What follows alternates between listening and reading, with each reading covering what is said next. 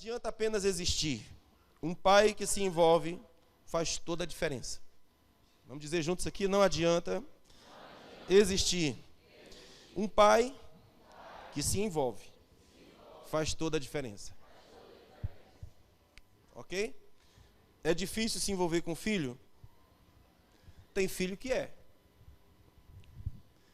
Tem filho que é. Não sei se tem alguma coisa a ver com primogênito, mas eu vejo que os pais têm uma dificuldade com o filho primogênito. Não sei se isso se cumpre em todos os casos, mas a gente vê. Eu não sei se é por conta da herança, não sei se é porque o leão está crescendo e vai tomar o reinado, eu não sei porquê, mas eu sei que existe uma competição ali e uma dificuldade de relacionamento. Eu e o meu filho, nós nos relacionamos assim, e aí? Esse é o nosso relacionamento. Eu gosto dele, ele me ama, a gente se beija, se abraça e tudo, mas nosso relacionamento, nossa conversa, e aí? E ele, e aí? É nós. Então, é de boa. A Letícia, que é descarada, a Letícia não tem cara, então fica mais fácil o relacionamento, porque ela chuta a porta, ela não tem muita cerimônia. Já o Levi é todo cheio de cerimônia, então ele diz assim, essa menina está te desrespeitando. Eu digo, meu filho, quem tem que reclamar é eu. Mas ele toma as minhas dores, né? Porque acha que ela está desrespeitando. Então são dois meninos completamente diferentes. E eu reconheço que existe dificuldade dos pais terem um relacionamento mais profundo com os filhos, me parece que principalmente o primogênito. Não sei se isso é verdade. Então, não adianta apenas existir, o pai precisa se envolver com o seu filho. Qualquer um pode gerar um menino, um filho, mas se quer ser um verdadeiro homem, deixa eu ler direito. Qualquer um pode gerar um menino, um filho, mas se requer um verdadeiro homem para ser um bom pai. Isso aqui é bom a gente repetir, tá bom? Vamos lá? Qualquer um pode fazer menino, mas se requer um verdadeiro homem para ser um bom pai. Então, o que é que nós estamos buscando? Nós estamos buscando bons homens. Amém? Estamos buscando bons homens. A gente se pergunta, na igreja, como é que a gente pode gerar uma mudança na sociedade? Essa é uma preocupação fundamental para nós como igreja. Bela Flor, aleluia. Bela Flor hoje está pregando junto comigo, olha aí. Glória a Deus. Então, como é que a gente faz para ter relevância na sociedade? Como é que a gente faz para gerar alguma diferença na vida das pessoas? Uma igreja existe para quê? O que ela causa de impacto na vida das pessoas? Você é um garotinho que está frequentando a igreja. Como é que a igreja vai te ajudar? Como é que a igreja vai te impactar? Você é um senhor que chegou na igreja. Como é que a igreja vai te impactar? Como é que a igreja pode tornar, vamos dizer assim, a participação dela na sociedade produtiva, que gera resultado? Por que eu estou dizendo isso? Porque nós somos, o Brasil, talvez se não for o maior país cristão do mundo, está bem pertinho de ser, se ele não for o maior país cristão do mundo. Porém, é também o país mais corrupto. Também é o país com índice de suicídio, aliás, de assassinato enorme. É um país com, sei lá, tantos destroços que a gente vê na nossa sociedade, nos nossos garotos. Bem que eu poderia passar um vídeo aqui de uns garotos que moram na rua, eles assaltando as pessoas que passam. Parece urubu em cima de carniça. É uma pessoa passando aqui com a sua sacolinha, com a esposa, eles vão lá e toma de uma vez, toma celular, está sentado no ônibus, mete a mão e puxa aquilo, derruba celular, roubo desenfreado, os garotos roubando. Como é que a gente faz como igreja para acabar com isso, para melhorar isso? Porque se nós somos um país cristão, qual é a diferença que nós estamos causando? Qual é o impacto que a gente está causando? Nós vamos adorar, e adorar é uma das nossas funções? Adorar é uma das nossas funções. Eu já preguei para vocês aqui quais são as funções da igreja. Então nós existimos para adorar, nós existimos para edificar a fé um dos outros, nós existimos como igreja para ser corpo um com o outro, a gente tem algumas funções como igreja, mas se a gente não se voltar para dentro de casa, a igreja vai ser inútil. Nós vamos glorificar a Deus, nós vamos adorar a Deus, mas nós não mudamos nada. Dentro de casa não muda. E se a gente quer gerar uma mudança na sociedade, tem que começar dentro de casa. Ok? Tem que começar dentro de casa. Então você viu aqui o que acontece numa casa que não tem pai. Aí a pergunta que a gente faz: você ainda pensa em ser mãe solteira? Ainda existe alguém entre nós que pensa em ser mãe solteira? Não, eu quero fazer o menino sozinho, eu só preciso de homem para trocar a lâmpada. Só preciso de homem para colocar a feira lá em casa, não preciso de mais nada, para homem. Se você for perceber, a importância e a fundação do homem dentro da família é o que salva. Hoje as mulheres estão levando as famílias sozinhas. Muitas delas estão levando sozinhas. E quem é que sofre com isso? Quem é que perde com isso? A sociedade. Quem perde com isso são os filhos. Então qual é a nossa função como igreja? Nós dissemos assim: se a gente quer consertar a corrupção no nosso país, nós temos que começar onde? No namoro. Mas o que o namoro tem a ver com corrupção? Tudo. Porque se você começar um namoro esquisito, um namoro que não respeita os padrões da palavra de Deus. E quais são os padrões da palavra de Deus? Deixará pai e mãe, se unirá à sua mulher, se tornará um com ela. Então, para se tornar um com uma mulher, primeiro precisa deixar pai e mãe, tomar aquela mulher como esposa e então se tornar um com ela. Estamos juntos? Olha para mim. Olha para mim, olha para mim, olha para mim, vaso. Aleluia! Fala para o irmão que está do lado, olha para o pastor, rapaz. Fazer que nem eu vou ter umas aulas com o Márcio Prado. Ei, pss, pss, pss. Vou ter que assistir 2 cultos lá para me aprender com ele como é que ele faz isso tão bem. Funciona, é legal. Vocês estão comigo, gente? Então, como é que a gente faz para constituir uma família? Deixa pai e mãe, se une à sua mulher e se torna um com ela. Esse é o processo. Depois que eu me torno um com ela, então eu estou constituído uma família. Significa dizer o quê? Que se eu vou escolher uma mulher, eu preciso casar com ela. Vocês estão comigo, gente? Vocês ainda são da época do amancebado ainda? Vou me amancebar, vou me juntar. De que tempo você é, né? Então a gente precisa, se a gente quer gerar uma mudança na sociedade, a gente precisa gerar mudança no nosso comportamento. Estamos juntos? Talvez você diga, mas o que tem a ver? Eu curti com muitas meninas antes de eu me casar. O que tem a ver? Nada a ver. Isso é o que você pensa. Mas o que a gente vê com o desenrolar do tempo, o que você está fazendo hoje, só vai ser visto daqui a 20 anos. O que você faz hoje não tem consequências hoje, talvez não. Mas daqui a 20 anos vai aparecer. Ok? Então isso aqui que a gente está vendo são pessoas que não levaram a sério os padrões de Deus. E o padrão de Deus é, deixa pai e mãe, falando com quem? Com o homem. Quem é que deixa pai e mãe? É homem. Homem deixa pai e mãe, se une à sua mulher e se torna um com ela. O homem faz isso. Ok? E constitui a sua família. Quem é que constitui a família? O homem. Quem é o primeiro a abandonar a família?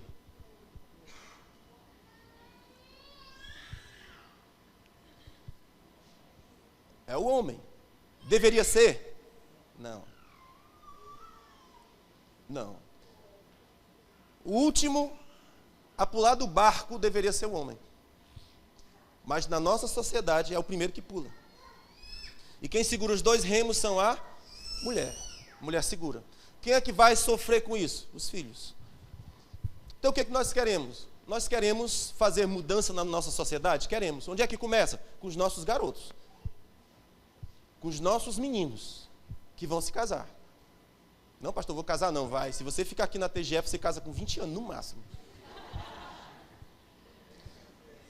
Os garotos aqui tudo casa novinho. Novinho. Por quê? Porque você vai ouvir tanto eu falando isso, que você vai dizer, realmente, tem uns que estão com dificuldade de ter menino, e nós ouvimos que menino, quando vem, ele já traz um pão debaixo do braço. Gostei dessa expressão. Quando o menino nasce, ele já traz um pão debaixo do braço. O que é esse pão que ele está trazendo? Provisão. Porque quem patrocina a família, quem é? É Deus. Amém? E o que é que Deus precisa para patrocinar a família? Diga comigo, precisa de homem. Vocês estão tristes? Vamos conversar sobre família hoje? Você sabia que se a gente não consertar certas coisas, não adianta a oração forte? Amém? Existem muitas pessoas que gostam de ir para certas igrejas, porque naquelas igrejas tem oração forte. Tem a oração do milagre, tem a oração do manto, tem a oração do óleo, tem a oração não sei de quê, tem tudo. Mas você está mudando dentro de casa? Estou não. Então esquece, a oração forte não vai funcionar. Não vai funcionar. Porque ou nós tomamos postura e mudamos como homem, como mulher e como filho, ou então não adianta a oração forte, porque não vai haver mágica. O que muita gente procura é uma mágica. Faz uma mágica por mim. Não funciona. Vocês estão vendo aí, né? É família, isso é glorificando. Glória! Isso é glorificando. Então a Bela Flor hoje está glorificando. Então escute. Vocês estão me ouvindo? Estão entendendo direitinho aqui? Então do que é que nós precisamos? Precisamos de homem. Vocês viram que as porcentagens que nós lemos, 71% das meninas grávidas não tem pai dentro de casa, 85% dos caras que estão nas prisões não tem pai dentro de casa, 80 e tanto por cento do pessoal que está fumando droga, está pegando não sei o que, não tem pai dentro de casa. Então por que eles estão morrendo e se matando? Não tem pai. Aí existem alguns pais que estão dentro de casa, estão, mas eles têm relacionamento e qualidade com os filhos? Não, também vai ter problema. Ok? Nós precisamos de quê? Por que é que nós precisamos de pai? Porque não existe substituto para pai. Gosto demais dessa frase. Por que é que nós precisamos de pais? Porque não existe substituto para ele. Um amigo não é um pai. Um professor não é um pai. Ok? Quem é o pai? É aquele que está presente tempo suficiente para o filho se espelhar nele. Esse é o pai. Ensinar o filho a fazer alguma coisa, qualquer pessoa pode fazer. Mas estar com ele, para ele ver o exemplo, é outra conversa. Se o pai tiver o exemplo, não precisa nem dizer. O menino segue. Estamos juntos? Então, se nós quisermos gerar uma diferença, um impacto na sociedade, nós precisamos de quê? De homem. De homem de verdade. Não é de homem que faz menino, porque como nós dissemos, cachorro faz menino, barata faz menino, rato faz menino. Mas quem é que cria filho? Pai. Um homem de verdade cria pai, ok? Estamos juntos? Podemos contar com você? Amém. Vocês se lembram quando eu digo aqui que você é pastor da sua casa? Não, pastor, o pastor só tem na igreja. Se você deixar que só eu seja pastor, a minha igreja vai ser um fracasso. Porque eu vou ser pastor sozinho. Onde é que eu preciso de pastores? Dentro de casa. Onde é que eu preciso de pastores? Aquele cara que vai pastorear sua esposa e vai pastorear os seus filhos. Onde é que eu preciso de pastores? Dentro de casa. Então, se nós tivermos uma igreja de homens que têm consciência de que eles são pastores da sua família, pode ter certeza, nós vamos arrebentar. Você acredita nisso? Nós vamos arrebentar. Agora vamos arrebentar como? Porque os seus filhos vão ser saudáveis. Os seus filhos não vão ser bandidos. Os seus filhos não vão entrar em facções. O seu filho vai ter um vínculo tão forte com você que você pode fechar os olhos e ele não te decepciona. Porque é uma aliança muito forte que é estabelecida entre o pai e o filho. Eu posso morrer, mas trair o meu pai eu não traio. Trair a confiança dele. Então, se nós quisermos consertar nossas casas, nós precisamos de homem de verdade. Ok? E como é que a gente faz para ser homem de verdade? Aí é que está o ponto. Vamos para casa que eu não sei a resposta. Esse é o nosso desafio. Como é que a gente se torna homem de verdade? Eu vou tentar trazer alguma luz sobre isso, porque essa é a minha pergunta. É a minha pergunta diante de Deus, é a minha pergunta diante da sociedade, porque o homem, ele se desfigurou de tal modo que nem ele mesmo sabe mais como é ser homem. O que é que se espera dele?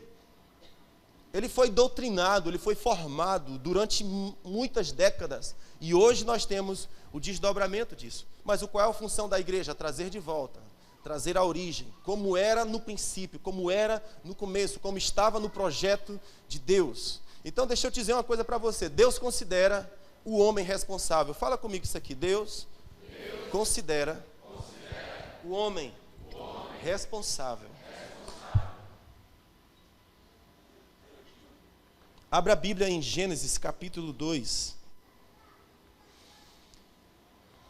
Gênesis capítulo 2.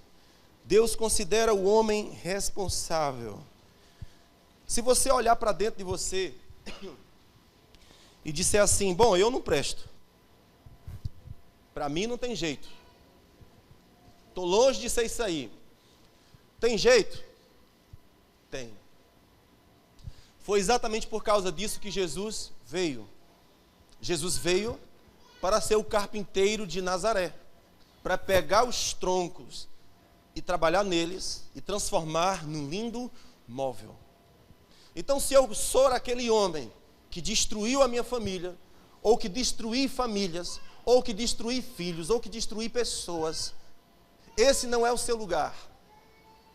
O seu lugar é um lugar onde você se parece com Deus. O homem foi feito parecido com Deus. Você vê essa expressão, feitos à imagem e semelhança de Deus, fica tão distante para nós, não fica? Mas quando você escuta, você foi feito para ser parecido com Deus. O que é que significa dizer? Que o seu filho vai olhar para você e vai ver Deus do lado dele. Por quê? Porque você é Deus para o seu filho. É como se Deus tivesse encarnado ali. Quem é o homem? É esse cara, feito parecido com Deus. Esse homem vai ser fácil da mulher se apaixonar? Muito. Uma mulher que olha para um homem nessas condições, nessas características, se apaixona para sempre. E os filhos? Para sempre. Apaixonado pelo meu pai, apaixonado pela minha mãe. Os meninos vão ser. Então, observa isso. Os homens são responsáveis diante de Deus. Ok, eu não tenho sido um bom homem, como é que faz? Tem jeito? Tem jeito. Você precisa, nós precisamos de Jesus de Nazaré. Ele veio para isso. Eu não sei se você se lembra, mas no último livro da Bíblia, o último versículo da Bíblia, do Antigo Testamento, a Bíblia diz assim, porque eu vou enviar a unção, uma pessoa na unção de Elias, e ele vai converter coração dos pais aos filhos e coração dos filhos aos pais, para que eu não fira a terra com maldição. Quando é que a terra é ferida com maldição? Quando o pai não está convertido ao seu filho e o filho não está convertido ao seu pai. Passaram-se 400 anos depois dessa profecia e surgiu na Galileia um homem chamado João Batista. Vocês conhecem a história?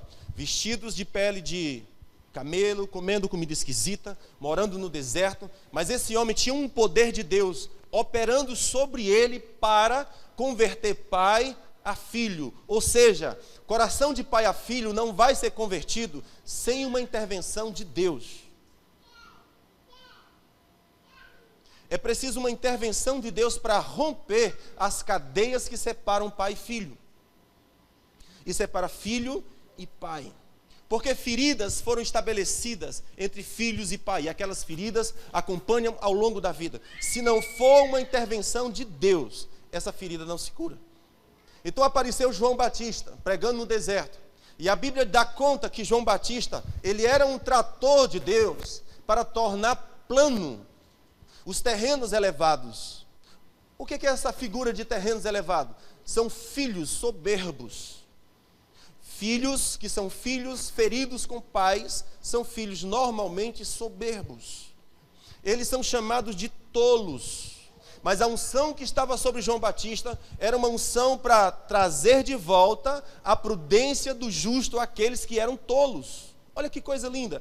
Então João Batista estava pregando e tanto pai quanto filho estava ouvindo a mensagem e vindo a João Batista para ser curado por ele.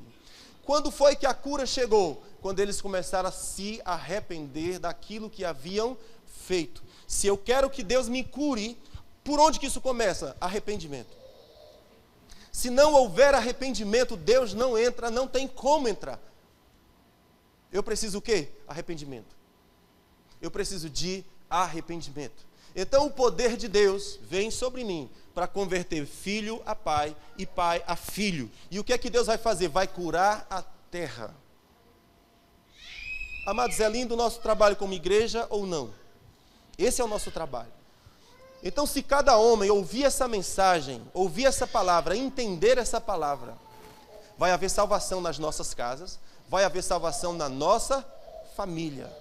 E eu que ainda vou casar, excelente. Faça todos os cursos de casar se você puder. Quem sabe você desiste de casar. Duvido. Porque tem uma pressão por outro lado, dizendo que você precisa de uma mulher. Sim ou não? Tem uma pressão danada, mas não se importe não, porque nela também tem uma pressão horrível, dizendo eu preciso de um homem. Então, se um precisa de outro, o que é que ambos precisam? Fazer curso de casais, entender como é que a vontade de Deus é para a família e começar a construir as coisas como são. Para ser pai, precisa ser homem de verdade. Para gerar menino, não precisa qualquer um gera. Mas para ser pai, tem que ser homem de verdade. E o que nós precisamos? De homens de verdade. Para quê? Para proteger nossos filhos e as nossas esposas. Quem é o guardião da família?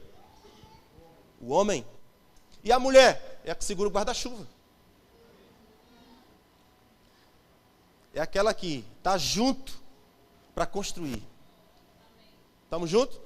Então deixa eu ler contigo aqui Gênesis capítulo 2.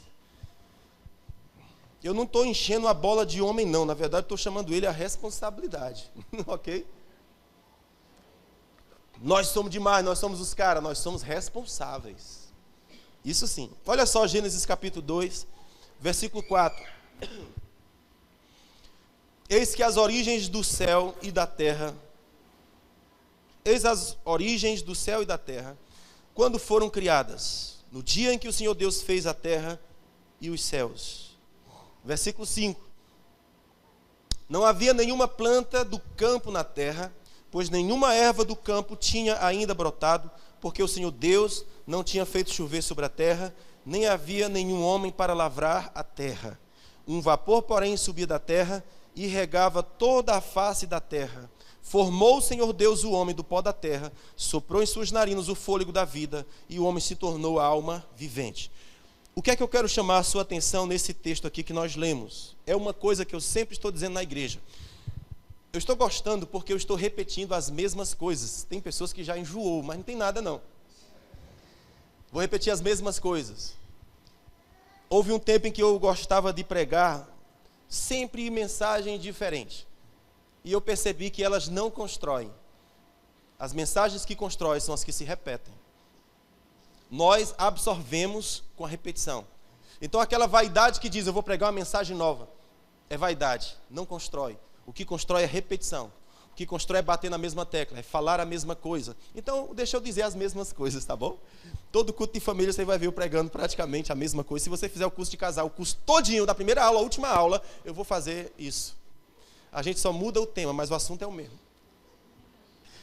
Vamos falar sobre sexo, o tema, homem. Vamos falar sobre papéis, homem. Vamos falar sobre finanças, homem. Vamos falar homem. Você vai ver homem do princípio ao fim, porque a gente parte de um princípio. Conserte o homem, você conserta o mundo. Isso está na Bíblia? Tá não, mas devia estar. A gente pode botar um texto aqui pós-script, né? Brincadeira, gente, olha só. Então, Gênesis capítulo 2, versículo 4, tem uma revelação aqui muito interessante, que é assim. O Senhor Deus criou os céus e a terra, e o Senhor Deus fez a terra e os céus. Porém, tinha um detalhe. Depois, o Senhor criou os céus e a terra, mas não havia nenhuma árvore frutífera. E nem chovia. E aí, a gente faz a pergunta, o próprio texto responde. Por que é que não havia árvore frutífera? E por que é que não chovia? O versículo seguinte diz, porque não tinha homem para cultivar. Estamos juntos? Olha só que coisa interessante. Porque não tinha homem para cultivar. Por causa disso não tinha chuva, por causa disso não tinha árvore frutífera. O que é que eu aprendo com isso? Você quer chuva na sua casa? Você quer Deus frutificando na sua casa? Você precisa se levantar como homem. Para quê? Para cultivar e guardar. Porque Deus é um homem de negócios. Se Ele vai dar coisas, Ele precisa ter quem cuide. Se não tiver quem cuide, se não tiver quem se responsabilize, Deus não vai fazer. E a resposta é simples, porque não tinha homem. Os céus estão prontos para chover? Então, mas não tinha chuva. A terra estava pronta para produzir árvore frutífera, mas não tinha árvore frutífera. E por que não tinha? Porque ainda não tinha homem para cultivar e para guardar. Então, o que significa dizer? Que na hora que você se levantar por dentro e dizer, eu vou ser esse homem que Deus pensou, nesse momento que você decide, o arrependimento chegou e Deus vai começar a abrir janela do céu. Quem é que ativa os céus? O homem. Ele ativa. Mas se eu quiser viver do meu jeito, não ativa. Porque tem homem, mas não tem homem cultivando. Mas não tem homem guardando. Se não tem homem cultivando e guardando, Deus fecha o céu. E quem é que vai sofrer com isso? Os filhos. Quem é que vai sofrer com isso? A esposa. Mas se eu quero destravar, eu preciso ser esse homem que Deus falou. Estamos juntos? Então, olha só. Que coisa interessante. No versículo 9, nós estamos no capítulo 2.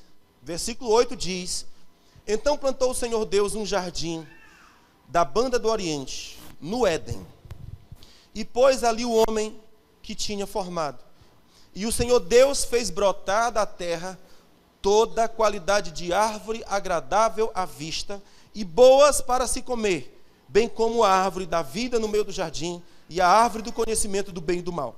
O que é que eu aprendo aqui? Deus plantou um jardim e colocou o homem lá dentro. Agora, é interessante a gente observar onde foi que Deus plantou o jardim para colocar o homem dentro. Onde foi que Deus plantou o jardim? Diga comigo, no Éden. Deus plantou um jardim no Éden e pôs o homem dentro. Então esse homem que ativa os céus, esse homem que ativa a terra, esse homem que libera a chuva do céu e que libera a prosperidade que vem da terra, ele mora num lugar. Onde é esse lugar? Éden. E o que é o Éden?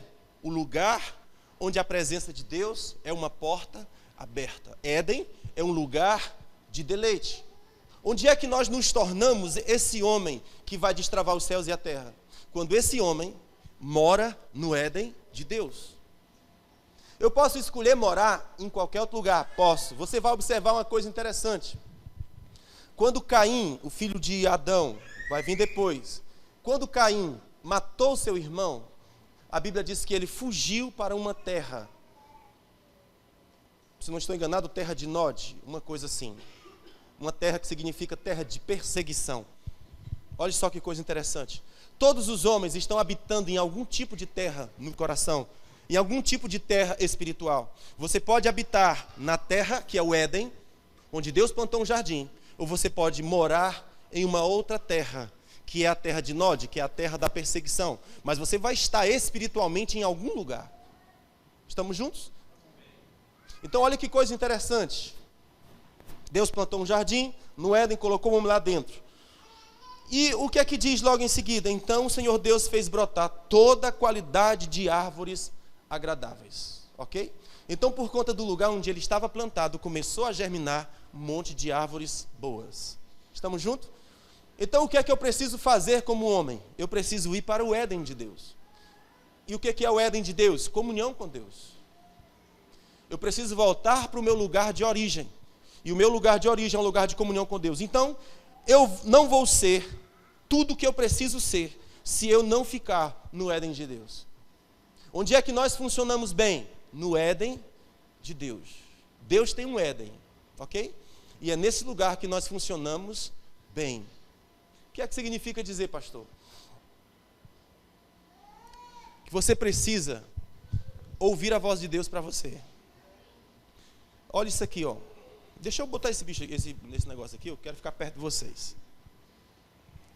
Não gosto de ficar longe, não. Gosto de cuspir o pessoal. O pessoal diz que tem cuspe ungido. Deus curou, Jesus curou com saliva, não foi? Então eu sou desse tipo, que gosta de fazer milagres com saliva. Então, gente, olha só.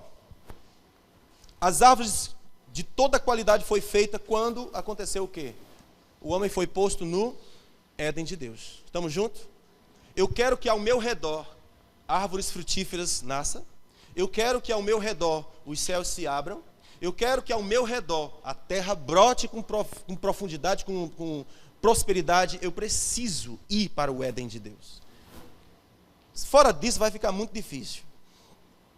Olha só que coisa interessante. Nesse processo o Senhor colocou o homem no Éden e ele disse algo para ele. Versículo 15. Tomou, pois, o Senhor Deus o homem pôs no jardim do Éden para lavrar e guardar. Versículo 16 do capítulo 2. Ordenou o Senhor Deus ao homem, dizendo: de toda árvore do jardim pode comer livremente, mas da árvore do conhecimento do bem e do mal, dessa não comerás, porque do dia em que comer, você vai morrer. Tudo bem aqui? O que a gente quer tirar desse texto aqui? Esse homem que Deus chamou para ser aquele que ativa os céus e a terra, esse homem que Deus chamou para ao redor dele tornar tudo frutífero, esse homem que Deus chamou para estar no Éden, Deus também entregou uma palavra a ele. Tudo bem? Então esse homem extraordinário aqui, que vai mudar a sociedade e a família, do que ele precisa? Ter uma palavra de Deus, baseado na qual ele se move. Se um homem não tem uma palavra de Deus no seu coração para guiar a sua vida, o que ele é? Vazio. Está escrito no livro de Judas, como se fossem nuvens que não têm água. O mesmo João Batista que nós estávamos falando, ele diz uma frase assim, porque alguém estava reclamando, porque Jesus estava crescendo mais do que João Batista. João Batista já estava pregando fazia alguns anos. Então ele era famoso. Mas Jesus surgiu também. E quando Jesus surgiu, ele estava roubando a cena de João Batista. Porque o ministério de João Batista já tinha terminado e estava começando o ministério de Jesus. Mas as pessoas que olhavam, estavam criticando, dizendo: está crescendo mais do que tu. Sabe qual foi a frase de João Batista? Ele disse: ninguém tem, se do céu não lhe for dado. O que ele estava dizendo? Sabe por que ele está se tornando próspero na terra? Sabe por que as árvores ao redor dele estão prosperando? Por que os céus estão se abrindo e derramando sobre ele? É porque Deus o encheu. É porque ele foi enchido de Deus. Então o Adão foi colocado no Éden, mas no Éden Deus deu uma palavra a ele. E qual é o desafio de Adão? Fique fiel nessa palavra. Fique fiel na palavra que eu falei com você. Aí você diz: pastor, eu sou homem, mas eu não tenho nenhuma palavra dentro de mim. Vai para o Éden, que essa palavra vai surgir. Você vai ter uma palavra de comando dentro de você, que vai te guardar, que vai te proteger, porque a Bíblia fala que nós comemos, nós nos alimentamos não de pão, mas nós nos alimentamos da palavra. Nós somos, antes de ser corpo, nós somos espiritual. O que você vê acontecendo na terra é só resultado do que acontece dentro dos homens. O que acontece fora, primeiro aconteceu dentro. Se é assim, então nós temos que ter cuidado sobre o que é que tem dentro de nós. Como é que a gente faz para ter coisas boas dentro de nós? O Éden. Plantou um jardim, colocou o homem dentro, no Éden, e lhe deu uma palavra. O que nós precisamos? Dessa palavra. Por que precisamos? Porque o cão vai aparecer. O cão vai querer remover você da sua posição de homem, que ativa os céus e ativa a terra. O cão vai querer remover.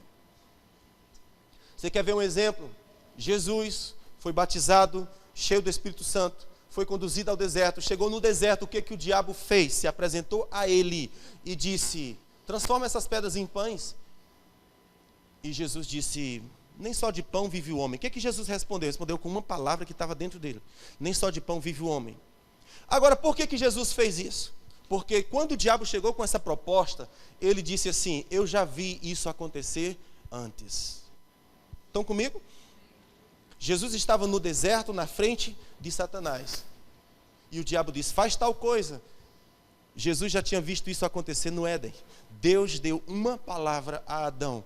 Qual era o trabalho de Adão? Fica firme na palavra que eu te dei. Enquanto Adão ficou firme na palavra que Deus deu, o diabo podia rodar, podia dar pirueta, podia fazer o que quisesse, e Adão era o quê? Inatingível. O que era que o mantinha protegido? A palavra que foi entregue a ele. Então o diabo chega mais para Jesus e diz assim: me adore, que eu vou te tornar um homem muito rico. O que Jesus disse? Somente ao Senhor teu Deus adorarás e somente a Ele servirá. E o diabo parou de tentá-lo. O que era que estava acontecendo? Jesus tinha palavra que o Pai colocou lá dentro e o diabo não podia contra ele por causa da palavra que estava estabelecida dentro dele. Ok? Então, se eu preciso ser esse homem, eu preciso de quê? Ter uma palavra de Deus dentro de mim. Se eu não tiver, eu sou uma nuvem vazia, porque ninguém tem, se do céu não lhe for concedido. Preste atenção, que a fascinação pelas riquezas é uma das razões por que as famílias são destruídas. Sim ou não? Quantas vezes pais abandonam filhos por causa de um aumento salarial? Por causa da possibilidade de ganhar mais. Por causa da possibilidade de passar fome. E por causa desse medo, por causa desse perigo, o que ele faz? Abandona a família e segue atrás do seu projeto. Ele consegue o seu projeto, mas perde a família.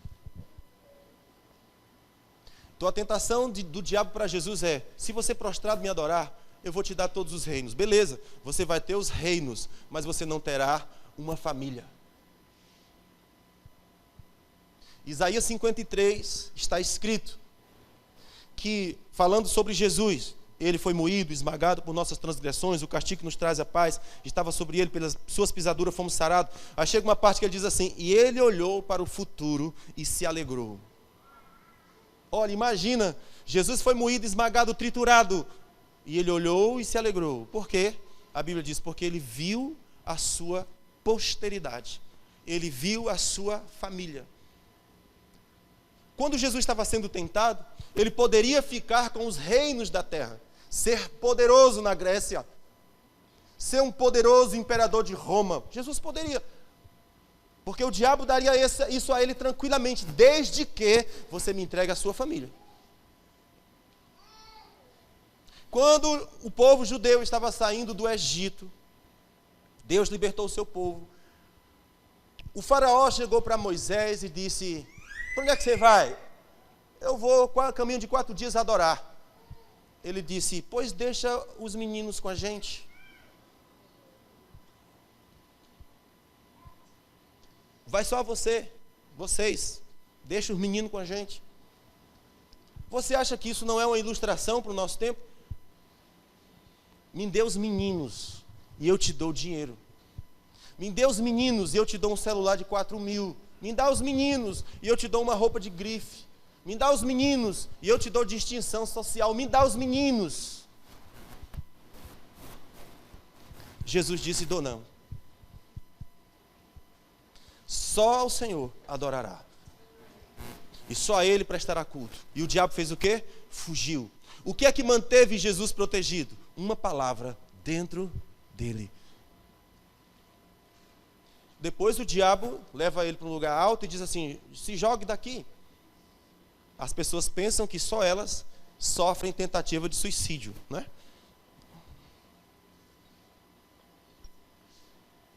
Só eu sou sofredor. Não, Jesus foi tentado ao suicídio. Momentos de angústias, momentos de confrontos, momentos de lutas, momentos de dificuldade, ele foi colocado num lugar bem alto e veio o pensamento: se jogue. Mas o que foi que parou ele? Uma palavra dentro. Escute, tudo que Deus quer de nós é obediência a uma palavra. Colocou Adão no Éden e lhe deu uma palavra. O que tornava Adão poderoso? Firmado numa palavra que Deus falou a ele. Agora, Deus fala conosco. E qual é a fidelidade que nós temos à palavra que Deus fala conosco? Nós mudamos de ideia rápido. Deus disse para fazer tal coisa e nós fazemos 2 dias, no terceiro paramos. Como que Deus vai construir? Então o que a gente percebe aqui, você é colocado no Éden, e no Éden Deus vai te dar uma palavra. E qual é o seu trabalho? Fica firme nessa palavra. Por quê? Porque firmeza nessa palavra significa que os céus vão se abrir e que a terra vai prosperar. Os céus vão se abrir. Quem é que ativa céus e terra? O homem. O que é que esse homem precisa? Estar no Éden e receber uma palavra. Agora, aconteceu algo esquisito aqui. Aconteceu algo esquisito. Deus entregou a palavra ao homem, no capítulo 3, uma serpente muito astuta, começa agora a tentar a mulher. Eita, vaza, agora escuta. Adão estava vencendo, se posicionando na palavra, mas havia uma mulher. E a mulher começou a escutar a voz da serpente. E aí o destroço começou a acontecer. Por quê? Porque essa mulher começou a influenciar Adão para sair de cima da palavra. E quando ela fez isso, ela se tornou parceira do cão. A mulher foi feita para quê? Para ser auxiliadora do homem. Para que o homem cumpra a palavra que Deus deu a ele. Mas o que ela fez? Ela ouviu a serpente e convenceu o homem a fazer o que a serpente estava dizendo. Escute isso, é muito sério isso aqui que eu estou falando. Muito sério isso aqui que eu estou falando. A função da mulher é ajudar o homem a cumprir a palavra que Deus colocou dentro dele, não é ouvir a serpente. Depois que a mulher ouviu a serpente, então Adão comeu do fruto e a terra foi amaldiçoada por causa disso. Agora veja uma coisa interessante. Depois que a terra foi amaldiçoada, Deus vem prestar contas e conversa com a mulher. Então o Senhor Deus, versículo 14 do capítulo 3, diz assim: então o Senhor Deus disse à serpente: por que você fez isso? Você será dentre todos os animais domésticos. Ou melhor, como é isso? Porque fizesse isso, maldita serás tu, falando com a serpente, dentre todos os animais domésticos, e dentre todos os animais do campo, sobre o teu ventre andarás, e pó comerás todos os dias da tua vida. Versículo 15. Olha só o que é que Deus diz: porém, inimizade entre ti e a mulher, e entre a tua descendência e o seu descendente. Escute, quando a gente fala do castigo da mulher, geralmente a gente diz assim: qual foi o castigo da mulher? Tu terás filhos com dores. Não é assim? Tu terás filhos em dores. Qual foi o castigo do homem? Ele disse: você comerá do suor do teu rosto. A terra já não está mais fácil. As coisas já não fluem mais com facilidade. Esse foi o castigo do homem. Qual foi o castigo da mulher? A gente diz: o castigo da mulher foi: com dores terás filhos. Então todas as vezes que uma mulher sente dor, ela se lembra desse negócio. Sente dor menstrual, grita, geme, toma remédio, tenta ficar bom, fica enjoada. Eu tenho a minha nora que está sentada aqui do nosso lado. E ela está enjoada todos os dias. Aí eu pergunto, filha, você está menstruada hoje? É porque parece que todo dia você está, né? Porque a mulher, quando está menstruada, ela diz: me respeite, eu estou menstruada, eu estou com TPM. Sim, mas a TPM tem que vencer, né? Tem que ser alguns dias. Se for todos os dias, fica difícil, né? Então, quando acontece o processo das dores menstruais, você se lembra, com dores. Quando vai ter parto, e as mulheres dizem que é a pior dor que existe, comparam, eu não sei, a dor de machucar o escroto masculino. Qual é a dor que se compara à dor do parto da mulher? Uma pancada ali naquela região. É aquilo. Eu não sei, que eu nunca, graças a Deus, nunca passei por isso. Mas dizem que tem uma semelhança aí. Pancada e a dor do parto. Essa dor é pelo quê? Foi um castigo porque a mulher comeu, ouviu a serpente. Escuta, você percebe que tudo tem a ver com ouvir algo. Adão estava de pé porque ele ouviu algo. A Eva caiu porque ela ouviu algo. Estão juntos? Ouviu algo. Agora, o que eu quero chamar a sua atenção? É que, na verdade, eu penso que o maior castigo da mulher não foi a dor do parto que ela ganhou. Foi o quê? Isso aqui que nós lemos. Qual foi o castigo dela? Porém, inimizade entre ti e a mulher. Deixa eu te contar uma coisa. Você, mulher, é inimiga do cão. Estão juntos? Qual foi o castigo por causa da queda? Inimiga do cão. Qual foi a outra coisa? Ele diz: porém, inimizade entre o cão e o teu filho. Então o cão vai perseguir duas coisas: a mulher e o filho dela.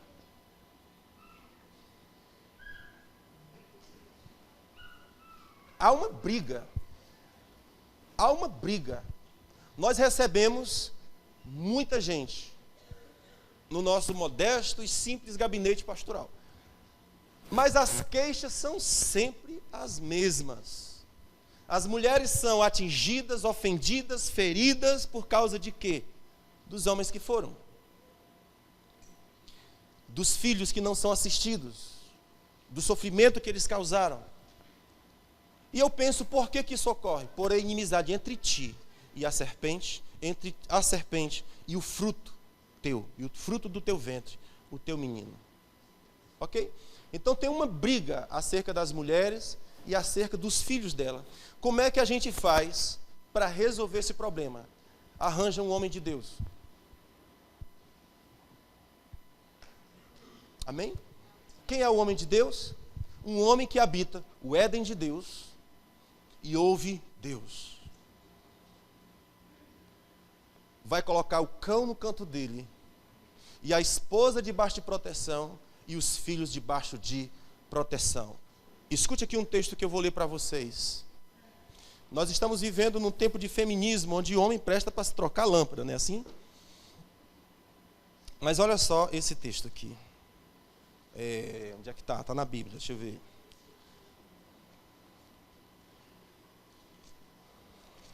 Texto muito forte. 1 Timóteo capítulo 2.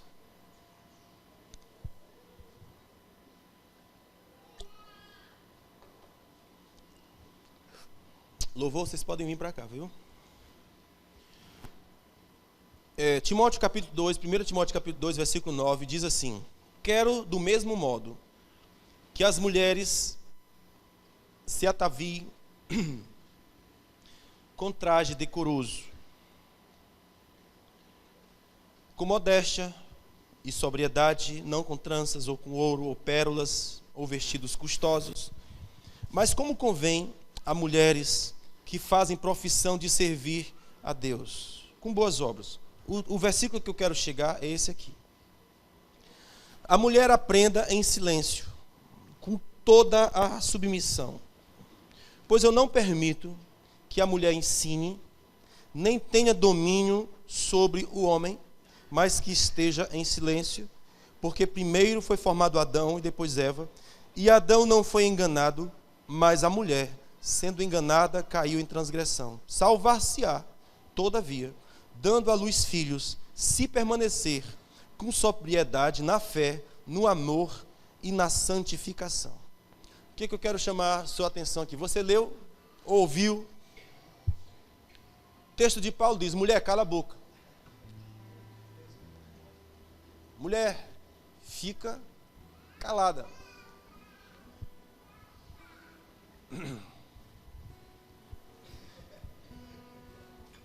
Esse texto é polêmico, principalmente no nosso tempo. Mas eu quero chamar a sua atenção para a segunda parte, que diz assim: não exerça autoridade de homem. E ele responde: por quê? Eu não devo exercer autoridade de homem. Ele responde: por causa da doutrina da queda. Olha que coisa interessante. Por que a mulher não deve exercer autoridade de homem? Por causa da queda. O que aconteceu na queda?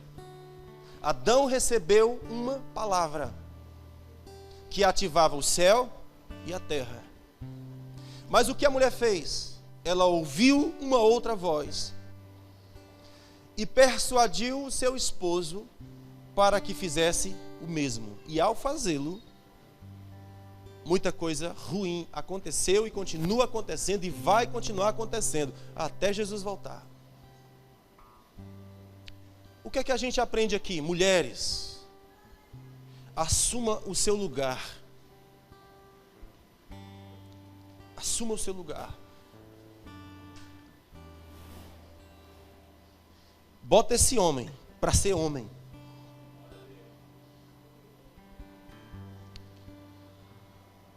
Se você fizer o trabalho do homem, ele nunca vai ser homem. Não exerça autoridade de homem, e isso por causa da queda.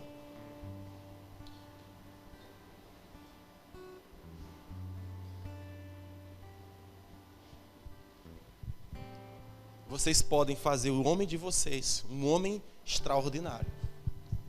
E pode fazer dele também um banana. O homem quer corrigir as coisas e você interfere e tira a autoridade dele. Reino começa a se dividir dentro de casa. A mulher puxa para um lado, o marido puxa para o outro. Onde é que isso vai dar? Em lugar nenhum. Se nós não respeitarmos a autoridade, não adianta oração forte, porque não vai acontecer. Pastor, ora para resolver o problema da minha casa. O Rodney estava falando comigo essa semana sobre uma família muito ruim, a situação da família. Muito ruim, financeiramente, emocionalmente, filhos metidos com drogas, marido que não se entende com mulher, marido que não assume a sua casa, que deixa as coisas acontecer livremente, uma bagunça.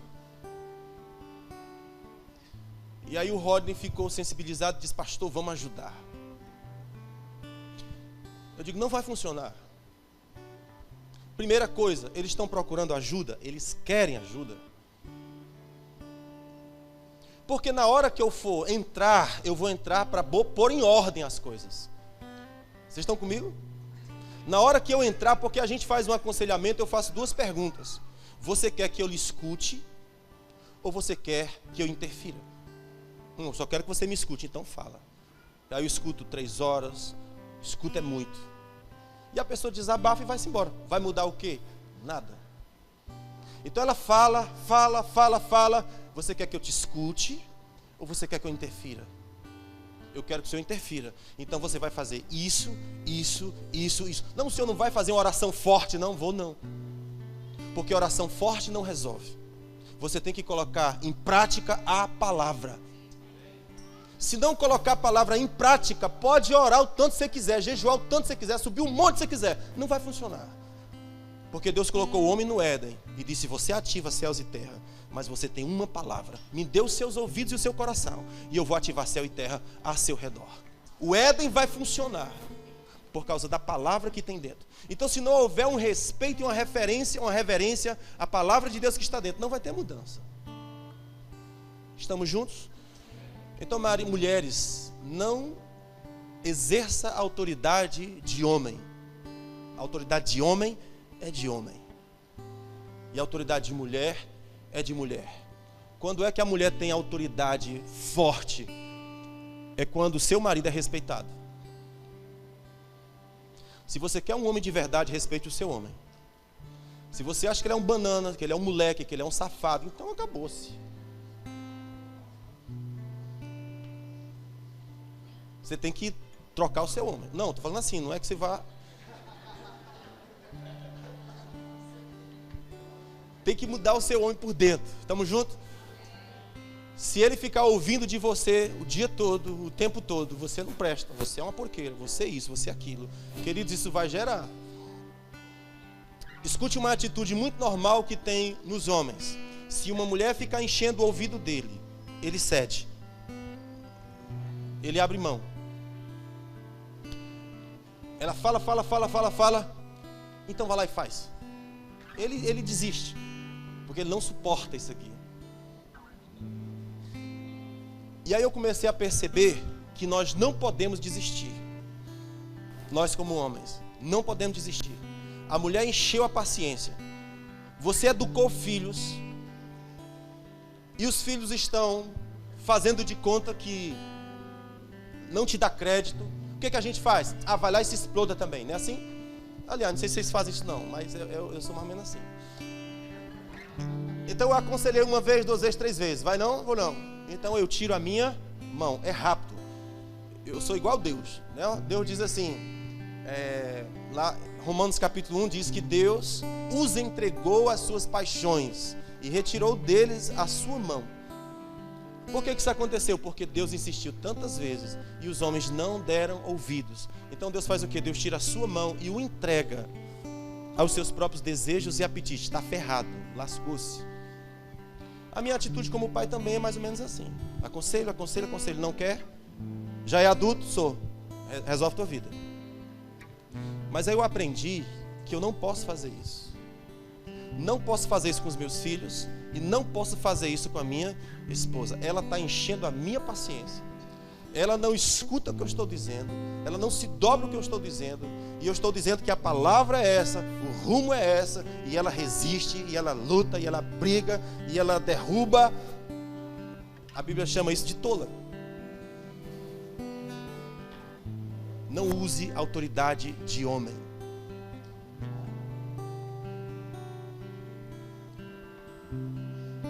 Ok? Então minha palavra para os homens: não desista com as suas mulheres e não desista com seus filhos.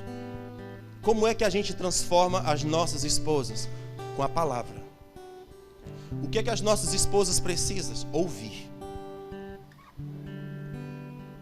Jesus limpa a igreja por meio da palavra. Ele ama a sua noiva, que é a igreja, e limpa ela por meio da palavra. Então como é que eu conserto a minha esposa? Palavra. Ministre para ela, pregue para ela, mostre para ela o que Deus falou contigo. Estamos juntos? Mas ela não me ouve. Insista, persista, porque a tarefa é tua. A manga é tua. Doce ou azeda tem que chupar. Não pode jogar fora, não pode descartar. Uma vez que é minha tarefa, eu não posso dizer, se exploda, não posso. Eu aprendi isso esses dias, eu não posso. A minha filha vai ficar chateada comigo, fique. Vai ficar aborrecida, fique. Mas eu vou corrigir, eu vou bater com a palavra tantas quantas vezes forem preciso. Porque a palavra está com você. Por que a mulher deve submissão ao seu marido? Por causa da queda. Por causa da queda. Tem um texto aqui que eu gosto muito, de Gênesis, onde a gente estava lendo, que diz assim: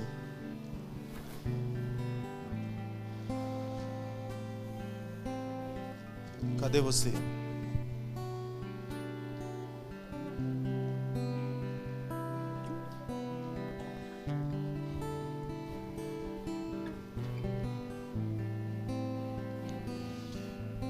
Quando eu me lembrar aqui, eu digo para vocês, tá bom?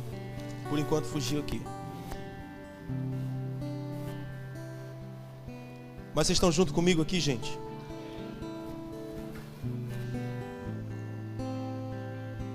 Amém. Glória a Deus. Me lembrei do texto. O texto diz assim: porém, inimizade entre ti e a mulher, entre a tua descendência e o seu descendente, esta te ferirá a cabeça, tu lhe ferirás o calcanhar. Multiplicarei grandemente a tua dor, e o teu desejo será para o teu marido, e ele te dominará. Mulheres, confessem a palavra comigo agora. A gente gosta de confessar palavras bacanas, né? Palavras do tipo: eu é que sei os pensamentos que tenho ao teu respeito, pensamentos de bem e não de mal, para te dar um futuro e uma expectativa. Eu sou o Deus da aliança. Eu tenho pensamentos bons ao teu respeito, eu tenho pensamentos de paz. Então a gente confessa esses textos. Mas esse texto que diz assim: mulheres, o teu desejo será para o teu marido, e este te dominará. Olha só que confissão. Você vai chegar e dizer: Pai, obrigado pela tua palavra. Obrigado pela tua palavra. O meu desejo, vou confessar a palavra. Vou confessar a palavra. Salmo 1 diz: o homem que medita na palavra dia e noite prosperará em tudo quanto fizer. Será uma árvore plantada junto aos ribeiros, suas folhas não secam e dá o fruto na estação própria. O que medita na palavra do Senhor e acha prazer na sua lei. Então eu vou confessar a palavra.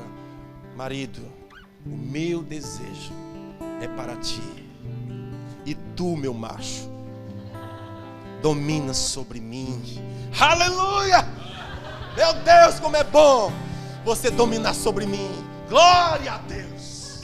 Eu estou muito empolgada, muito animada, porque o meu desejo é para ti e tu dominas sobre mim. Aleluia, como eu estou inspirada hoje.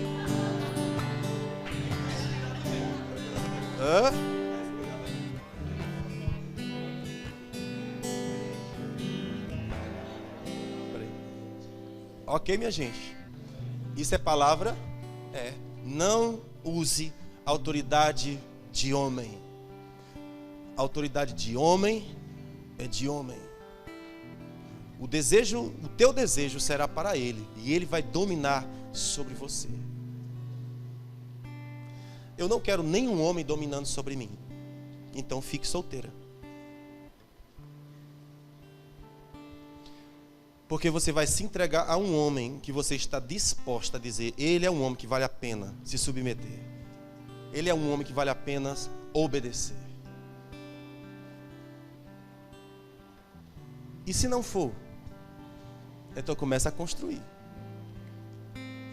Homens, vocês estão entendendo que essa palavra, geralmente a gente entende errado. Quem é digno de honra nessa palavra é o homem. Mas o que é que significa dizer que a posição dele é muito elevada? A Bíblia diz: a quem honra, honra. A quem glória, glória. Para o homem ser digno de honra, a posição dele é muito elevada. O que é que eu quero dizer com isso? Os pais querem a honra dos filhos? Querem. Mas os pais estão se comportando ao ponto de ter a honra dos filhos?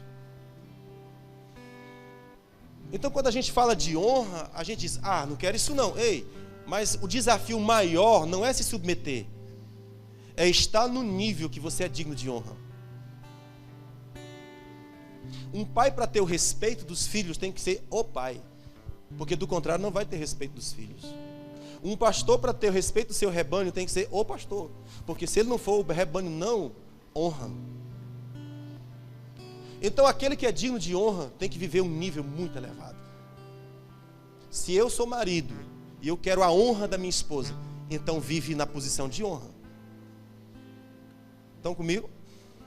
E qual é a minha posição de honra com relação à minha esposa? Cuide dela, ame ela, proteja ela e cuide dos filhos dela. Ela não vai ter dificuldade de se submeter e de respeitar. Não vai ter dificuldade de dizer: meu marido exerça autoridade, estou contigo. Esse menino é nós. E se você fizer tal coisa, você não vai tomar a frente e dizer: com meu menino você não faz isso. Ok, o que você está fazendo? Reino dividido. Vai ter o quê? Prejuízo para esses meninos. Porque ele não sabe a quem ouvir, porque pai e mãe estão brigando entre si. Se o pai estiver errado, não repreenda ele na frente do filho. Deixe a situação acontecer. Quando chegar dentro do quarto, fecha a porta e diz: meu amor, meu tesão. Quando você disser isso, ele já se desmancha. Eu sou teu tesão? É. Quando você disser essa frase mágica: o que foi, meu amor, que eu fiz? Você não devia ter falado com o menino daquele jeito. Por quê? Porque o certo seria assim, assim, assim. O que é que você está fazendo? Você está ajudando o seu esposo a se manter na palavra que ele recebeu. Você não está contra ele. Você não está usando a autoridade de homem. Você está ajudando o homem a cumprir o seu papel. Quando você não faz isso, você leva a família sozinha nas costas e depois reclama: meu marido me deixa sozinho com a minha esposa, com os meus filhos. Mas é claro, você não o honra. Você usa a autoridade de homem, não deixa ele ser homem. O que vai acontecer? Você vai levar a família sozinho. Mas se você quiser um parceiro, então você tem que dar a autoridade dele e ajudá-lo a exercer essa autoridade, ok? E você olhar para ele e dizer: meu desejo, meu macho, é para ti.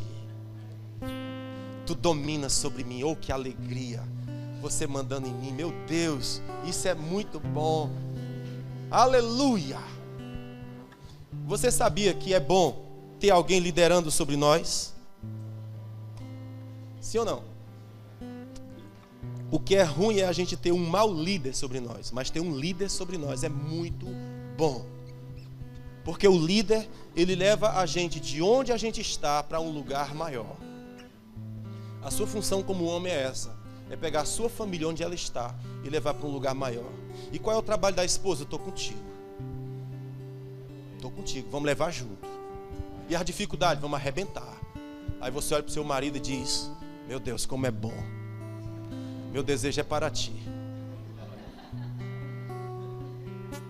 E tu dominas sobre mim, meu Deus. Tu é Deus na terra, tu é Deus na minha família, tu é Deus na minha casa. Meu Deus, como é bom ter um homem assim dentro de casa. Sim ou não, gente? Vocês ficaram tristes? Vocês estão gostando de mandar em macho, né? Tô vendo, viu? Tô vendo. Por isso que esse tema é tão difícil de pregar, porque eu não quero uma mandando em mim, não. É preciso. Amém? Meu Deus. Vem cá, minha esposa. Agua aí, porque o negócio ficou forte. Aleluia, irmãos.